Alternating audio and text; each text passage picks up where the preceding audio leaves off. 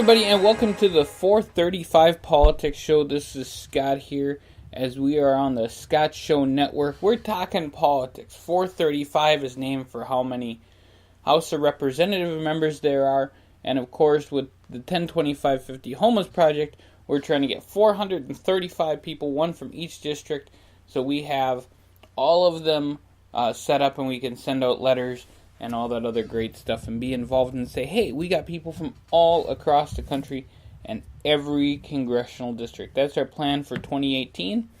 So we welcome you to the show, the 435, and we got some stuff going on here.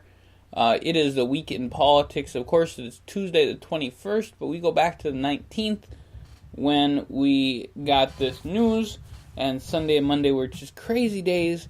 I know that Thanksgiving is nuts for everybody else, so I hope that you guys are cool.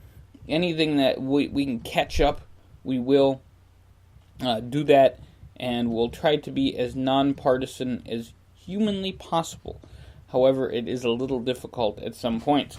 I'm just going to say my piece, and whether you guys like it or not, well, just keep listening, because I'm sure I'll say something you like and something you don't. So there you go. So we move on to the first little heads up of the day, of the week, and it's Roy Moore, still getting a lot of press. He spoke at a campaign event in Jackson, Alabama. He has been accused by multiple women of pursuing sexual relationships with them as they were teenagers and younger teenagers when he was in his 30s. Apparently, there is a yearbook going around allegedly signed by Roy Moore.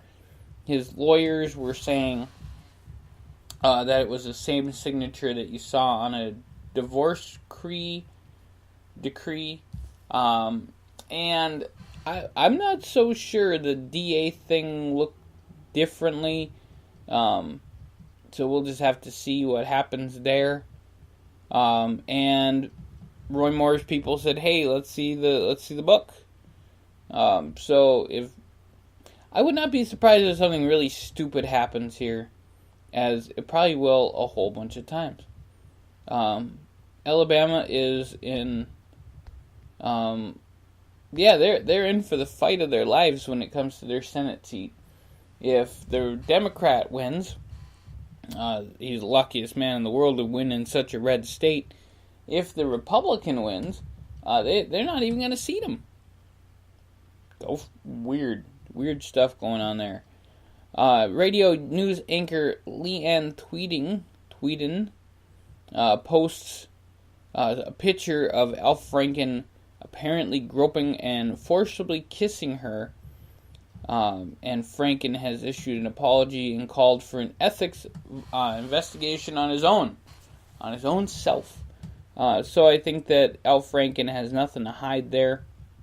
If he calls for an investigation on himself, he'll be open and honest. That's what I think.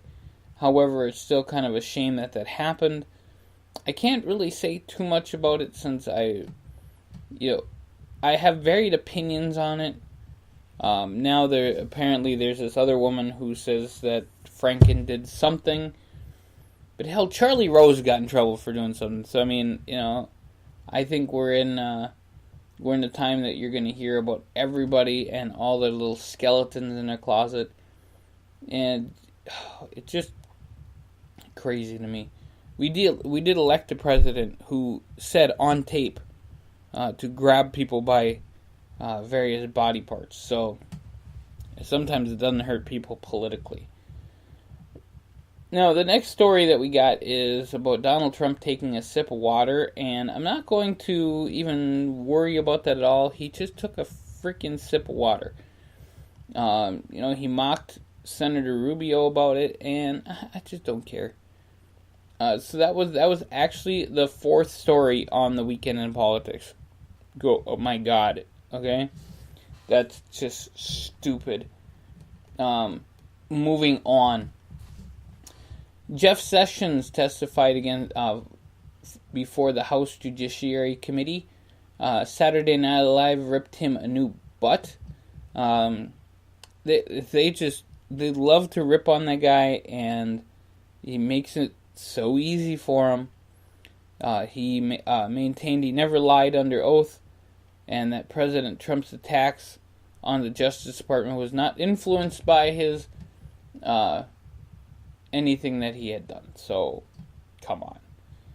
Then Senator Bob Menendez speaks to reporters over at a federal courthouse in Newark, New Jersey. 11-week trial. He faced charges of conspiracy, bribery, and honest services fraud, but the jury was deadlocked. So, if they do charge him again, and it goes another 11 weeks, it will go into January when their new governor could name a new senator if he wanted to. However, if he doesn't want to, that's cool too. I mean, it's just is what it is. I don't know what they're going to do with that, but we'll see. Treasury Secretary Steven Mnuchin, what a fun name, and his wife hold up a sheet of new $1 bills. It's the first one to have his signature on it, as well as the treasurer, who is also new. And they enter circulation in December. I'm going to be looking for a new bill with Steve Mnuchin's name on it. But I did have to post the picture of me as a cartoon on money, because I thought that would have been funny. So Steve Mnuchin is not the only one who could have his signature or face on money. I can too when I sign the bills. However, it's a crime to sign bills, and whatever. Now, the next little news item is Paul Ryan, Virginia Foxx, and Kathy McMorris Rodgers, all representatives at the U.S. House of Representatives. Of course, Paul Ryan, the Speaker. They got their tax proposal passed. 13 House Republicans and all the House Democrats voted in opposition to it. The Senate plan, however, has a thing to it where they're talking about the health care bill still. One more time, still? Really? Come on. Yeah, healthcare needs to be something needs to be done with healthcare, but don't screw it up more. I'm not a big fan of the individual mandate. I'm not mandating people that they have to have it or else. I think it's kind of silly. So, I just think they need to leave one enough alone, since they couldn't even do anything to begin with, and what they were planning was god awful anyway. Well, we got five more reports to go, and we will move on. UCLA basketball players Cody Riley, Jalen Hill, and D'Angelo Ball left the Los Angeles International Airport after arriving home. Personally, I wish they would have I wish they would have got busted and stayed. I know Trump personally asked the president to do something about it. He did. But you know what? These kids needed to learn, damn it. And the fact that LeVar Ball, who is the father of D'Angelo Ball, went off and then said, Donald Trump who, and he disrespected the President of the United States. And so tomorrow, live on the Scott Show Wake Up Call, I am giving LeVar Ball the first ever award that we give on the Scott Show Wake Up Call. And it's going to be fun. For me. But LeVar Ball, I already said today on the Wake Up Call, you're a piece of crap. And I really wish those three kids would have stayed in China and dealt with what they need. They should be sent back to China. There you go. So, Secretary of State Rex Tillerson was in Myanmar